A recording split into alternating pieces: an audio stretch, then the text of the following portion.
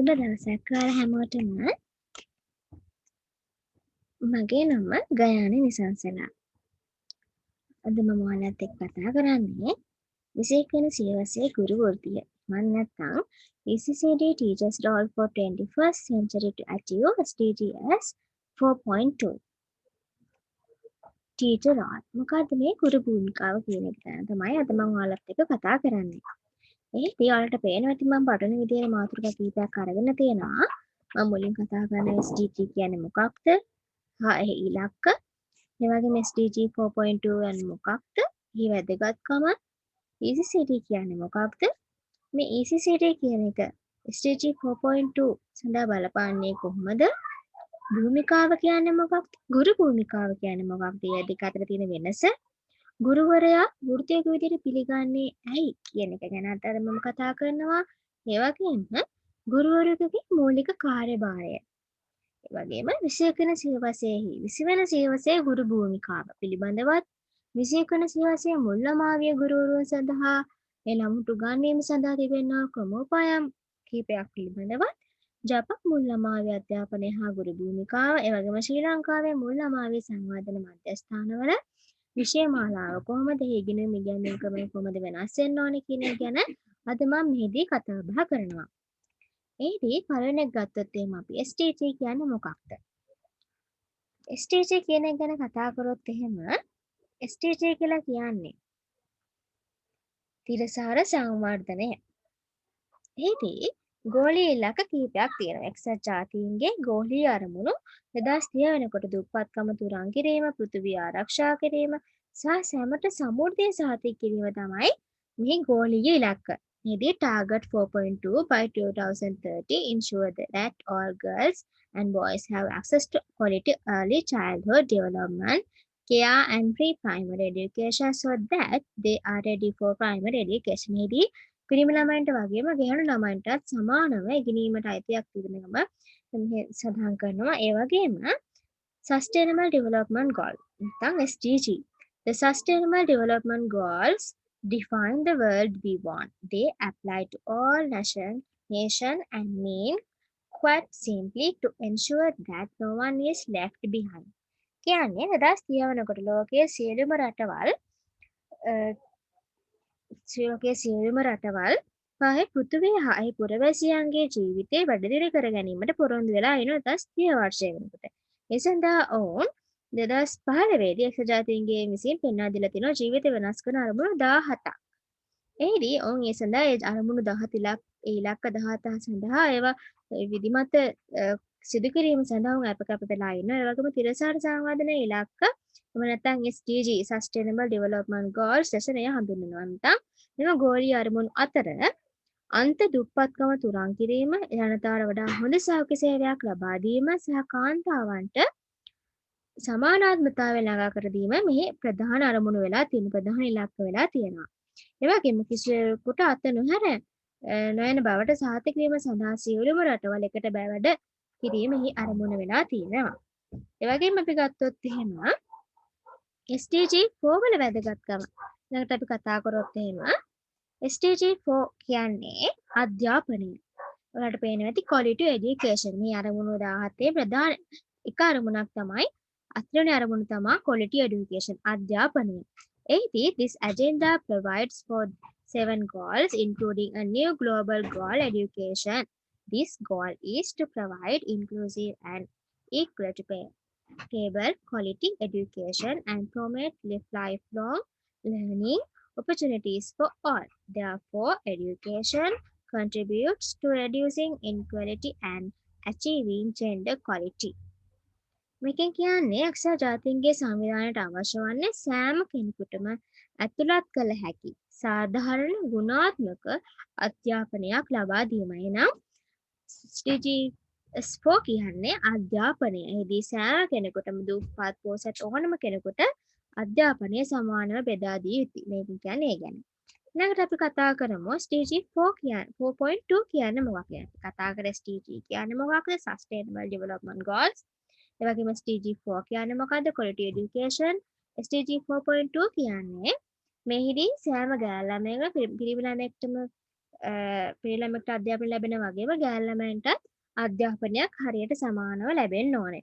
එහිදී කියලා තියෙනවා 4.2 by 2030 ensure that all girls and boys have access to quality early childhood development, care and pre-primary education so that they are ready for primary education. එහිදී indicators for target 4 කියලා තියෙනවා. මම 4.2 එකේ target කීපයක් තියෙනවා. එහිදී global ගත්තොත් එම percent of children developmentally on track, percent of children participating in organized learning. වගේම thematic එකේ percent of children experiencing positive stimulating home environments, gross enrollment ratio for pre-primary education, number of years of free and compulsory pre-primary education guaranteed in legal work. මේදී 4.2 කියන ඔයාලට හොඳ අවබෝධයක් එන්න ඇති කියලා මම හිතනවා. ඊට පස්සේ අපි කතා කරමු ඉලක්ක 17 ගැන. මේදී පළවෙනි ඉලක්කය 4 කියන එකේ quality education කියන එකේ ඉලක්ක කීපයක් තියෙනවා. මේදී 4.1 කියන එක අත තියෙන pre primary and secondary education. ඒ වගේම 4.2 equal access to quality pre primary education. 4.3 equal access to affordable technical, vocational and higher education. 4.4 increase the number of people with relevant skills for financial success.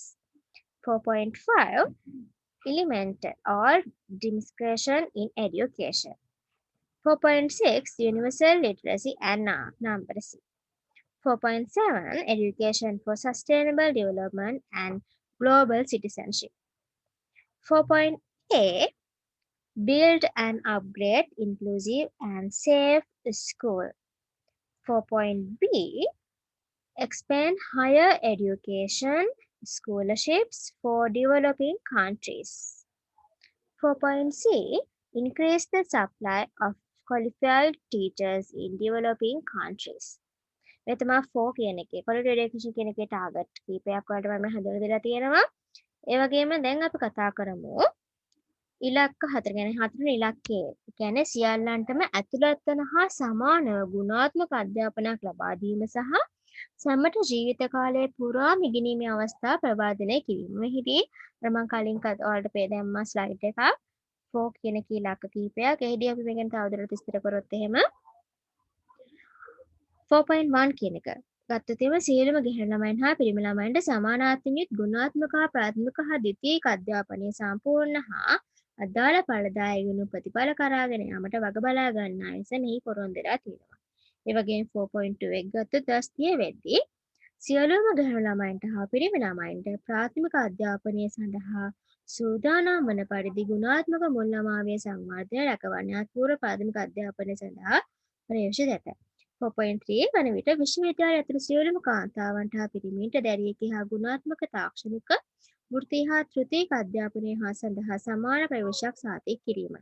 එවැගේම 4.4 වලදී රස්තිය වෙද්දී රැකියා යහපත් රැකියා හා ව්‍යවසායකත්වය සඳහා තාක්ෂණික හා වෘත්තීය කුසලතා ඇතුළු ආදාළ කුසලතා ඇති තරුණ හා වැඩිහිටියන්ගේ සංඛ්‍යාව සැලකිය යුතු ලෙස වැඩි කිරීමට පොරොන්දුලා තියෙනවා. ඒ වගේම 4.5 වලදී රස්තිය වෙද්දී අධ්‍යාපනයේ ස්ත්‍රී පුරුෂ සම්භාව්‍ය විෂමතා ඉවත් කළා අධ්‍යාපන හා වෘත්තීය මට්ටමින් සියල්ලන්ටම සමාන ප්‍රවේශයක් සාතික කිරීම, ඒ වගේම ආබාධිත පුද්ගලයන්, ආදිවාසීන් හා ළමුන් ඇතුළුව අවදානම් සහිත පුද්ගලයන් සඳහා පුහුණුව අවදානමට ලක් විය හැකි තත්ත්වයන් උදා වෙන. ඒ වගේම රස්තිය 4.6 එද්දී සියලුම තරුණ තරුණියන් වැඩිහිටියන්ගේ සැලකිය යුතු ප්‍රමාණයක් පුරුෂයන් හා ස්ත්‍රී සාක්ෂරතාවය සහ සංඛ්‍යාත්මක බව සාක්ෂර කර ගැනීම සාතික කිරීම.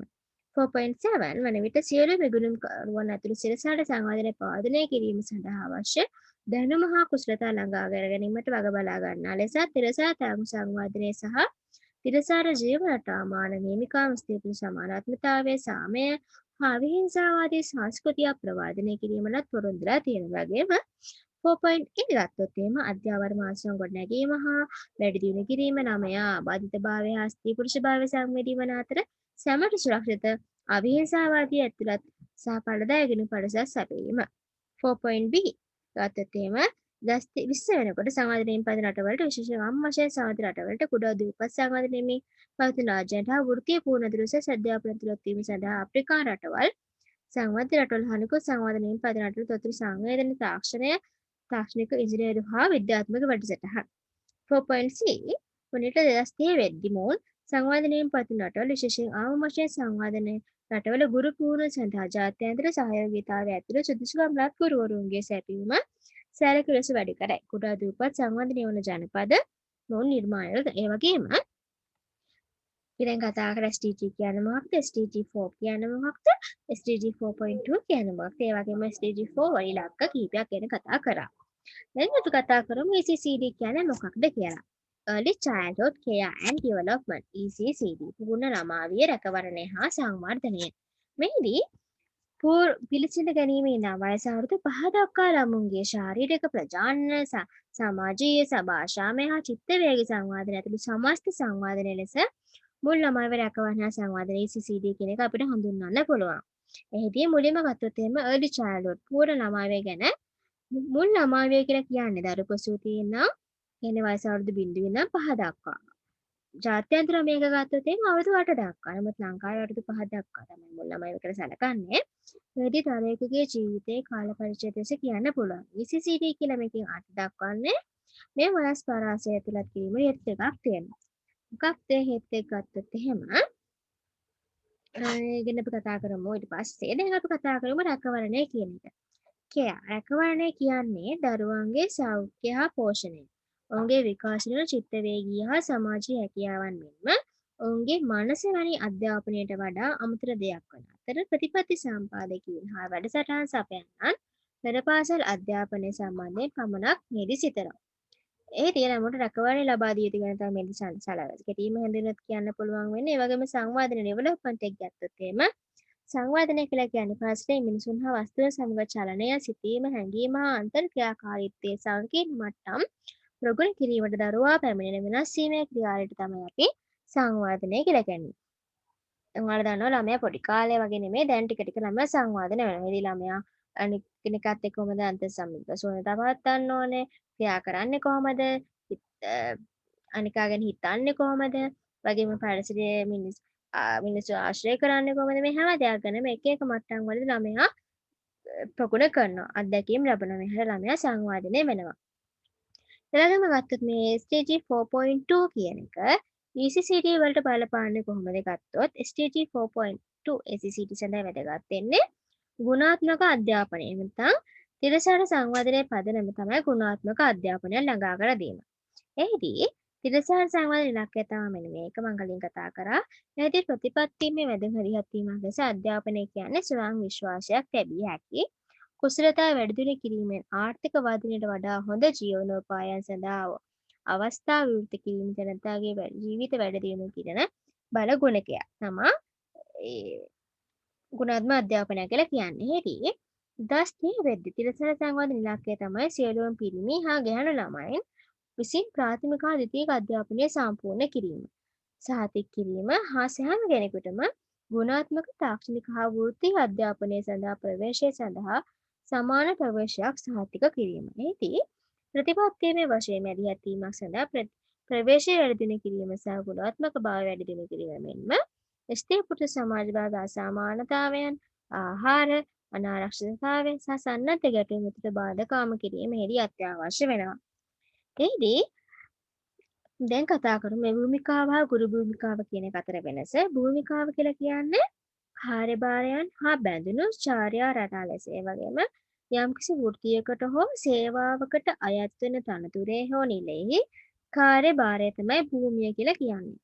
නමුත් ගුරු භූමිකාව කියලා කියන්නේ ගුරු තනතුරට අදාළ බලතල තියෙනවා, වගකීම් තියෙනවා, යුතුයකම්, චාර්යා ආදී ඇතුළත් සමාජයේ ගුරුවරයෙකුගෙන් අපේක්ෂිත සේවයන්ටත් අනුකූල භූමිකාවක් තමයි ගුරු භූමිකාවක් කියලා කියන්නේ. ඉතින් පන්ති කාමරයට පමණක් සීමා නොවි මුළු මහත් සමාජයේ පුරා ව්‍යාප්ත වන පරිදි ඍජුවම හෝ වක්‍රව චාර්යා වෙනසක් ඇති කිරීමට කෙටි කාලීනව හෝ දිගු කාලීනව පුද්ගල සංවාදයට උපයෝගී වන භූමිකාවක් විදිහට අපිට ගුරු භූමිකාව සැලකන්න පුළුවන්.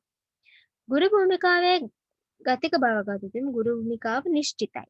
ස්ථාවර එකක් නෙමෙයි. කාලෙන් කාලයට එක වෙනස් වෙනවා. තාක්ෂණත් එක්ක වෙනස් වෙනවා. සමාජයෙන් සමාජයට වෙනස් වෙනවා. බලන්න දෙවෙනි කොරෝනා විත් ඉතින් ඒක තාක්ෂණයෙන් ගුරු භූමිකාව පාස් පන්තිට විතරක් සීමා වෙලා නැහැ. දැන් ළමුන් ගෙදර ඉඳගෙන ඔන්ලයින් හරහා තාක්ෂණය හරහා ඉගෙන ගන්නවා. එහෙනම් ඒක ගුරු භූමිකාව කියන්නේ නිශ්චිත ස්ථාවර එකක් නෙමෙයි. ඒක කාලෙන් කාලෙට විවිධ ආකාරයෙන් වෙනස් වෙනවා. ශ්‍රී ලංකාවේ අතීත ගුරු භූමිකාව හා ශ්‍රී ලංකාවේ වර්තමාන ගුරු භූමිකාව මේ නිදසුනක් විදිහට ගන්න පුළුවන්.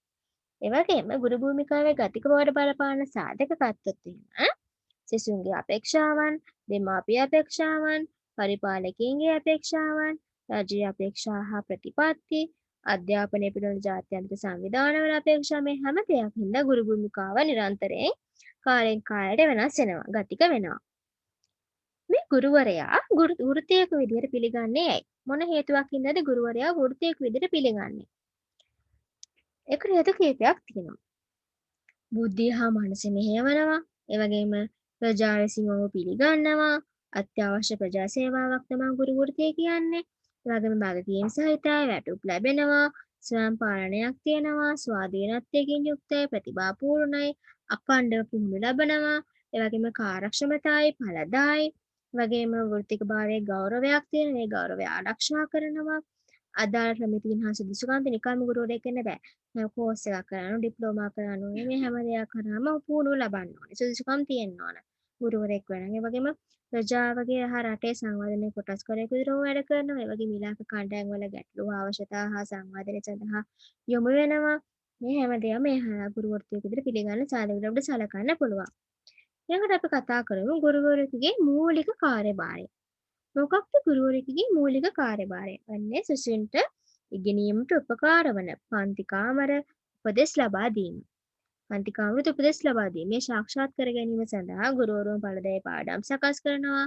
විශේෂ ශ්‍රේණියේ වැඩ කිරීම හා ප්‍රතිපෝෂණය ලබා දෙනවා. මේ වගේම පන්ති කාමර ද්‍රව්‍ය කළමනාකරණය කරනවා. විෂය මාලාවේ පළදෙන සැරසැරීම හා අනිකුත් කාර්ය මණ්ඩලය සමග සහයෝගයෙන් කටයුතු කරන්න ඕනේ. ඒ වගේම නමුත් ගුරුවරයෙකු වෙන්න නම් පාඩම් සැලසුම් කිරීම ක්‍රියාත්මක කිරීමට වඩා වැඩි යමක් තියෙනවා ගුරුවරයෙක් වෙනවා නම්. ඉගෙනීම කියන්නේ අති නවීන වෘත්තියක් වන අතර ඒ නිතිපතා ශාස්ත්‍රාලිකයින්ට වඩා පුළුල් වෙනවා. ගුරුවරයන්ට සෑම දිනකම තම සිසුන්ට ධනාත්මක ආදර්ශයක් සහ උපදේශකයෙක් වීමට පුළුවන් වෙන්න ඕන ගුරුවරයෙක්ට. හැමදාම සිසුන්ට ධනාත්මක චින්තන ලබා දෙන්න පුළුවන් වෙන්න ඕන, ආදර්ශ ලබා දෙන්න පුළුවන් වෙන උපදේශකයෙකු විදිහට කටයුතු කරන්න පුළුවන් වෙන්න ඕන. ඒ වගේම සිසුන් තම ගුරුවරයාගෙන් ගණිතය, භාෂාව, කලාව, සමාජ අධ්‍යයනය වඩා බොහෝ දේ ඉගෙන ගන්නවා. ඔවුන් අන් අයට කරුණාවන්ත වෙන්න ඕනේ කොහොමද? මිතුරන් සමග ආශ්‍රය කරන්නේ කොහොමද? උපකාර ඉල්ලා සිටින්නකොට කොහොමද ඒකට උදව් කරන්න ඕනේ කොහොමද? ස්වාධීනව ඉන්නකොට ස්වාධීනව ඉන්න කොහොමද? හරි වැරද්ද අතර වෙනස හඳුනාගන්නේ කොහොමද කියන මේ හැම සමාජ කුසලතාවම ඉගෙන ගන්න ගුරුවරයෙක් කරහා. එහෙනම් ගුරුවරයෙකුගේ මූලික කාර්යභාරය තමයි ළමයින්ට මේ දේ කියා දීම. අර්ධ මාපියෙකු විදිහට ගුරුවරයාගේ භූමිකාව වෙනස් වෙනවා. එහිදී සිසුන්ගේ වයස මත මේ හැමදේම වෙනස් වෙනවා. ඒ වගේම සෑම ගුරුවරයෙක් පාහේම තම සිසුවාට හැමතිස්සෙම ආදර්ශ ලබා දෙන්න ඕනේ. ඉගෙන ගන්න සෑම විට මොවුන් වෙනුවෙන් හොඳම දේ අපේක්ෂා කරන්න ඕනේ. ශිෂ්‍යයෙක් තම ගුරුවරයා සමග සමීපව හිටියත් නැතත් ඔවුන් තම දෙමාපියන්ට හා භාරකරුවන්ට හා ගුරුවරුන්ට සලකන ආකාරයටම ඔවුන්ට ගරු කරනවා. ඒ නිසා හැමතිස්සෙම ගුරුවරයා දැනගන්න ඕනේ ළමයින්ට යාළුවෙක් විදිහට ඉන්න. සමහර අවස්ථාවල ගුරුවරුන් ශිෂ්‍යයාගේ එකම උපදේශකයා වෙන්න පුළුවන්. දෙමාපියන් නැති වෙලාවට ළමයි හැමතිස්සෙම කියන ගුරුවරයාට. ඉතින් ගුරුවරයා තමයි ළමයාගේ එකම උපදේශකයා. ගුරුවරුන් හැම විටම දැනුවත්, ආචාර ධාර්මික, සාධාරණ හා ක්‍රියාශීලී වෙන්න ඕන. ඒ අනුව සලකා බලද්දී 21 වන සියවසේ පන්ති කාමර අවශ්‍යතා 20 වන සියවසට වඩා බෙහෙවින් වෙනස් වෙලා තියෙනවා. 21 වන ශතවර්ෂයේ පන්ති කාමරයේ ගුරුවරුන් කියන්නේ සිසුන් ඉගෙනීමට පහසුකම් සපයන්නන් හා ඵලදායී පන්ති කාමර පරිසර නිර්මාතෘ වන අතර එමගින් සිසුන්ට අවශ්‍ය හෝ වර්තමාන හෝ අනාගතයේදී අවශ්‍ය කුසලතා වර්ධනය කරගන්න පුළුවන්. ඒ වගේම මුල් ළමයාගේ සංවර්ධන ගුරුවරයෙකුගේ වෘත්තීය කාර්යභාරය එහෙම නැත්නම් බහු භූමිකා ගැන කතා කරොත් එහෙම මුල් ළමයාගේ සංවර්ධන කාර්යය නියැලෙන ගුරුවරයෙකුට පහත් සදාන අංශ නැත්නම් මේ පිළිබඳ අවබෝධයක් තියෙන්න ඕන. ඒ අනුව පළවෙනි එක තමයි ළමයා සමග කටයුතු කිරීමට ළමා මනෝවිද්‍යාව පිළිබඳ නිපුණත්වයක් තියෙන්න ඕන.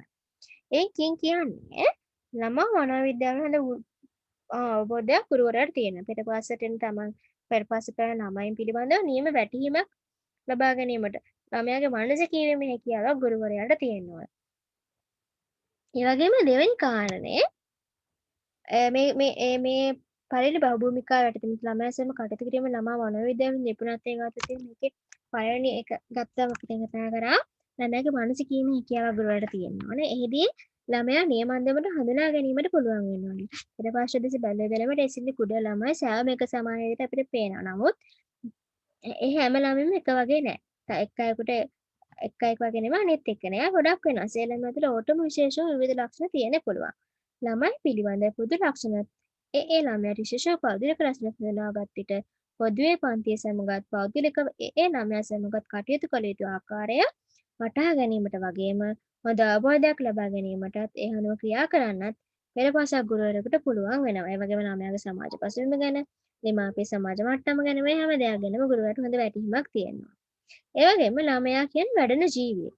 ළමයාගේ ස්වාභාවික වර්ධන රටාවක් හා වර්ධන මට්ටමක් ඒ වයසට අදාළ මට්ටමට ගොනු කරලා තියෙනවා. එහිදී විශේෂයෙන් සෞඛ්‍ය හේතු වන මන්ද පෝෂණය, කායික දුර්වලතා, මානසික දුර්වලතා ආදී ළමයාගේ වර්ධන මට්ටම හා ස්වරූපය කිරීම මේ බලපානවා. පෙරපාසට ක්‍රමයෙන් ළමයාගේ වර්ධන ස්වභාවය කොහොමද? ඒ වර්ධන මට්ටම ප්‍රමාණවත්ද? ඒවා නියම වලින් සිදුවන්නේද කියන එක ගැන හොඳ දැනුමක් ගුරුවරයාට තියෙනවා. ඒ වගේම කායික හා මනෝචාලක වර්ධන මට්ටමක් හඳුනා ගැනීමේ හැකියාව තියෙනවා. කායික වර්ධනයට ගැලපෙන හා උපකාරී විය හැකි අන්දමට චාලක අභ්‍යාස ලබා දෙන්න ඕන. චාලක වර්ධන මට්ටමට ගැලපෙන ආකාරයට ක්‍රියාකාරකම් කරන්න ඕන. ඒ වැඩි දියුණු කරන්න ඕන ළමයාගේ මේ හැම දෙයක්ම කරන්න ඕනේ. ඒ වගේම බුද්ධි වර්ධන මට්ටම අවබෝධ කරගෙන ඒ සඳහා ක්‍රියාකාරකම් සිදු කරන්න ඕන. පෙරපසන කරන ළමයිගේ බුද්ධි වර්ධන මට්ටම එක එක ආකාර එක ස්වරූප ගන්නවා. එහිදී ඒ නිවැරදි වැටහීමක් ගුරුවරයාට තියෙන්න ඕන. අවුරුදු 3ේදී ළමයින් ඇති හැකියාව අවුරුදු 5 වෙනකොට වර්ධනය වෙනවා. එහිදී අවුරුදු 5 ළමයෙකුට ඇති බුද්ධිය හැකියාවලට වඩා අවුරුදු 7 ළමයෙකුගේ හැකියාව වෙනස්. මේ පිළිබඳ ගුරුවරයාට හොඳ අවබෝධයක් තියෙන්න ඕන. ඒ වගේම ඊළඟ කාරණේ ගත්තොත් ළමයන් සමාජ විද්‍යාත්මකව හඳුනා ගැනීම නිපුණත්වයක් ගුරුවරයෙකුට තියෙන්න ඕන. කුඩු ළමයා සංවාදන කාලය නියැලෙන ගුරුවරයා ඉගෙනීම් ක්‍රියාවලිය සාර්ථක ඉටු කිරීමට නම් දරුවාගේ සමාජයේ පරිසරය පිළිබඳ හොඳ අවබෝධයක් තියෙන්න ඕන. එහිදී සමහර ළමයි Tamanට ඇහෙන පරිසරයේ නරක වචන කතා කරනවා, ඒ වැබිත් කියනවා ගුරුවරයාට ළමයි ඉස්සරහා කියන. ඒකට අපි ඒව නිවැරදි කරන්න. ළමයාට වැනලා හරියන්නේ නැහැ. මොකද ළමයා කතා කරන්නේ තමන්ගේ පරිසරයෙන් රස කරගත්තු වචන. ප්‍රශ්න ඉගෙනගත්ත දේවල්. එහෙනම් අපි ළමයට බැනලා හරියන්නේ ළමයා සමාජ මට්ටම තේරුම් ගන්න, ගෙදර පරිසරය තේරුම් ගන්න ළමයාට ඒ පිළිබඳව ඒ ළමයා කියන දේ නිවැරදි කරන්න පුළුවන් වෙන්න ඕනේ. ඒ වගේම ඉගෙනීම් ක්‍රියාවලිය සාර්ථක හැසිරීමේ නිපුණත්වයක් තියෙන්න ඕන.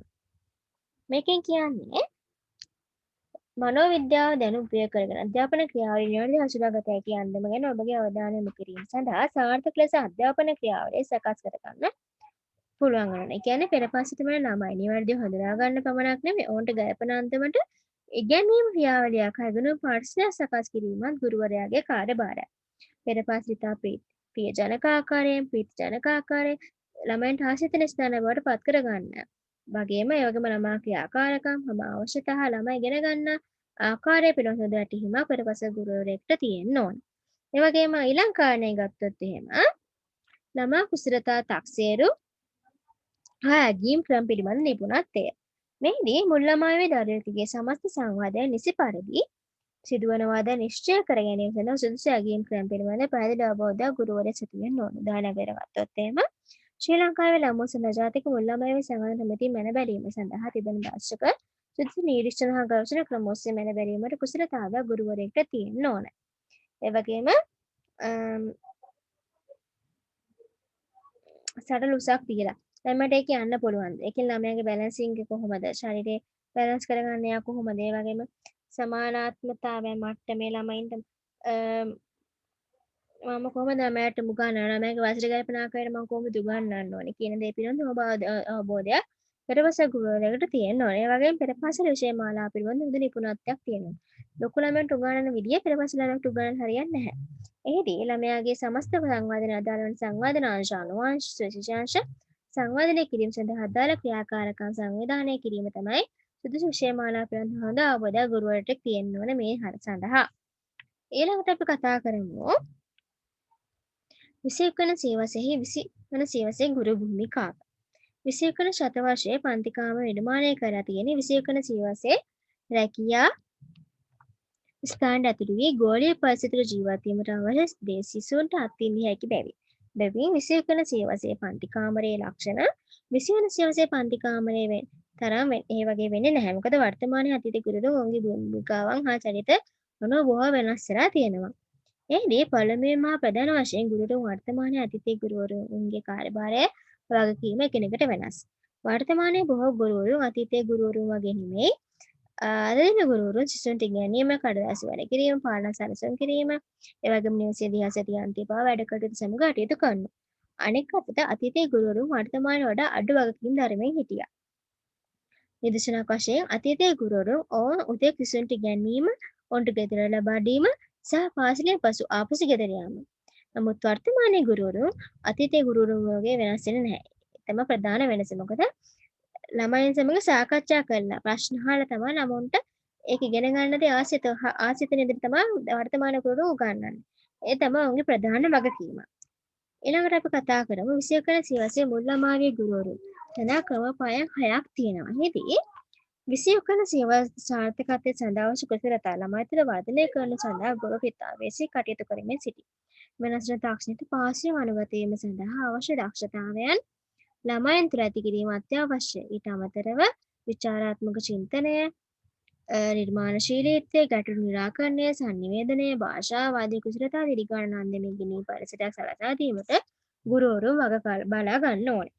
පහතින් දැක්කෙන්නේ විෂය කරන සියවස ගැලපෙන ආකාරයෙන් ළමුන් සූදානම් කිරීම සඳහා මුල් ළමයා ගුරුවරුන් දැනටත් ප්‍රයෝජනයට ගනිමින් සිටින ක්‍රමපායන් 6ක් පිළිබඳ තමයි මම මේ දැන් කතා කරන්නේ. එහිදී පළවෙනි ක්‍රමපාය තමයි සමෝදානික තාක්ෂණය. නැත්නම් ඉන්ටර්නෙට් ටෙක්නොලොජි. අද සිටින ළමයි අන්තර්ජාලය තමයි හුඟක් අවශ්‍ය. එහිදී උගේ උපත රද්ද විදිහට අපිට සලකන්නත් පුළුවන්. මොකද අද සිටින ළමයි අන්තර්ජාලයේ තමයි බොහොමයක් ඉන්නේ. ඔවුන්ගෙන් බොහෝ දෙනා ඔවුන්ට ඉගෙනීමේ ඉදිරියට වැඩිටයන්ට වඩා තාක්ෂණික ප්‍රවණතාවයක් සහිත ළමයි. එම ළමයි සමග සම්බන්ධ වීමට නම් ඔවුන්ගේ භාෂාව කතා කිරීමටත් තාක්ෂණය පිළිබඳ මන දැනුමකින් යුක්ත වීමටත් ගුරුවරු හුරු පුරුදු වෙලා ඉන්නවා.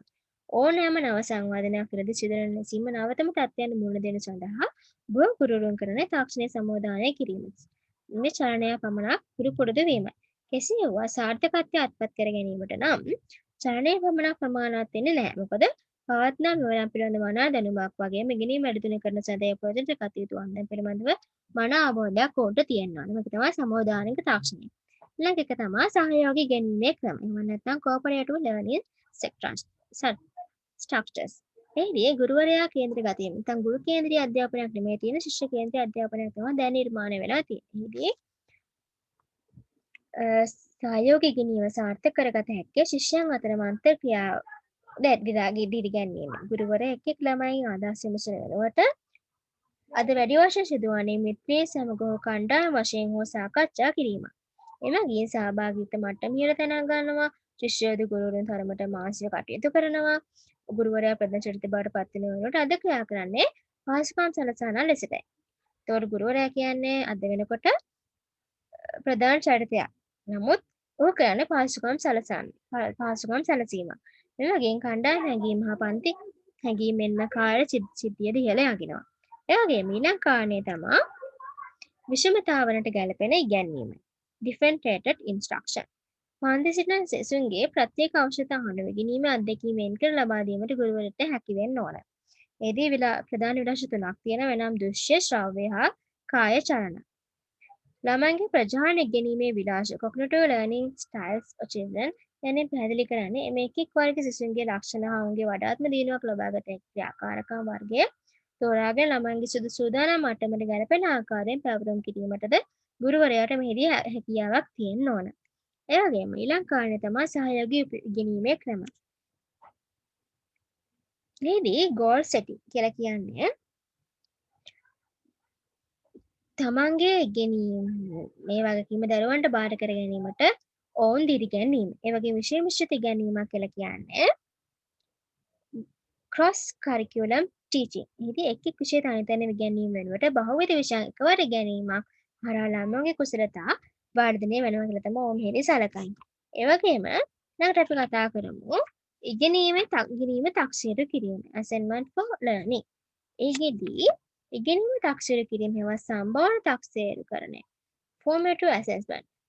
කියන්නේ ශිෂ්‍යයන්ගේ අවශ්‍යතා අනුව ඉගැන්වීම සැලසුම් කරන සඳහා ගුරුවරුන් විසින් යොදා ගනු ලබන්නා වූ දත්ත රැස් කිරීමේ ක්‍රියාවලියක්. මෙහිදී හැමතිස්සෙම ළමයා උගන්වන අතරේම නිරීක්ෂණ පරීක්ෂා රැසීම ක්‍රම පන්ති සාකච්ඡා වගේම ස්වයං තක්සේරු ආදී ක්‍රමකින් ළමා ගනිමින් සිටින අන්දම නියාමනය කිරීමට ගුරුවරුන් උනන්දු වෙනවා. එවැගේම තනි වශයෙන්ද කණ්ඩායම් වශයෙන්ද මුළු පන්තිමය වශයෙන් ළමයිගේ ප්‍රගතිය මන බැලීමට ගුරුවරයාට මේදී හැකියාවක් ලැබෙනවා. මේ තමයි ඉගෙනීමේ 21 වෙනි සියවසේදී ඉගෙනීමේ ක්‍රමෝපාය 6. ගුරුවරුන් දැනට මේ භාවිතයට ගනිමින් සිටිනවා. අපි කතා කරමු ජපාන් මුල් ළමයි අධ්‍යාපනය හා ගුරු භූමිකාව කොහොමද කියන එක ගැන. ජපාන් මුල් ළමාවිය අධ්‍යාපනයේ පදනම් වෙලා ඉන්නේ රජය විසින් සකස් කරන ලද ක්‍රීඩා නැඹුරු වැඩසටහන් මත.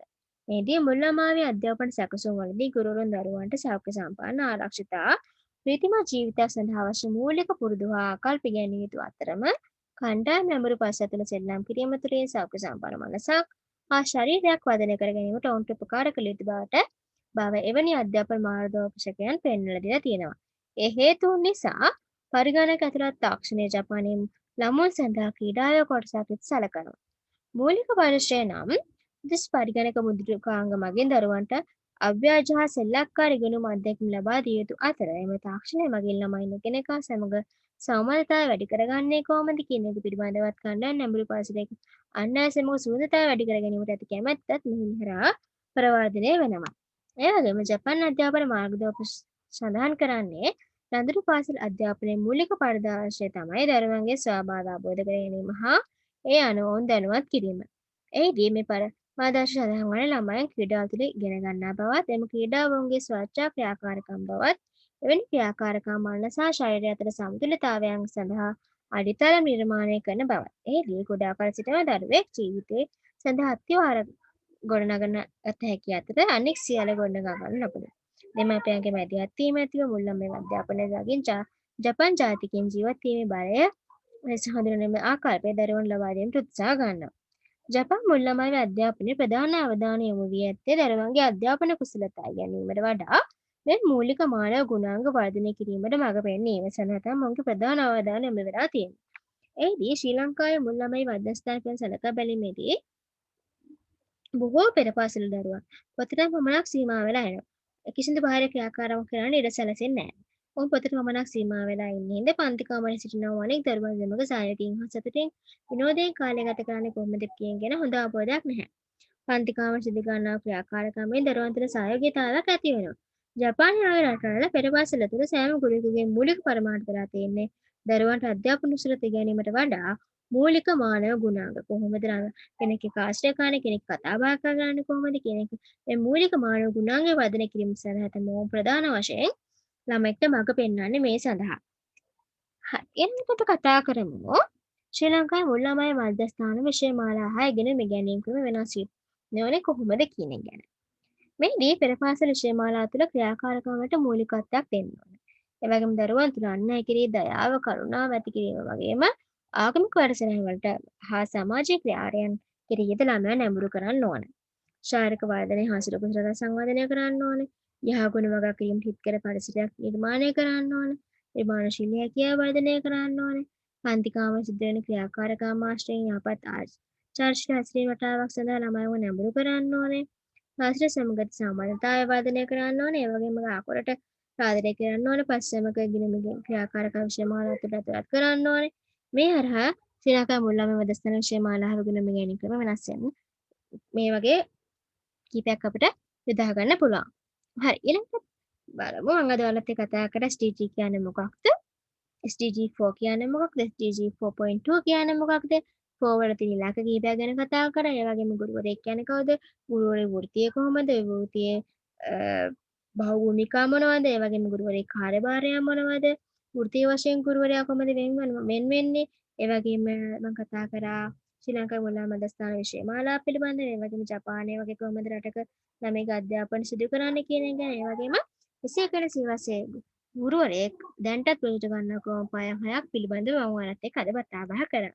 මම හිතනවා දැන් ඔයාලට තේරුම් ගන්න ඇති කියලා හොඳ අවබෝධයක් ඉන්න ඇති කියලා ගුරු භූමිකාව නැත්නම් 21 සියවසේ ගුරු භූමිකාව කියන්නේ මොකක්ද කියන එක ගැන. හැමෝටම ස්තුතියි. අද මම මෙතනින් නවතිනවා. සුබ දවසක්.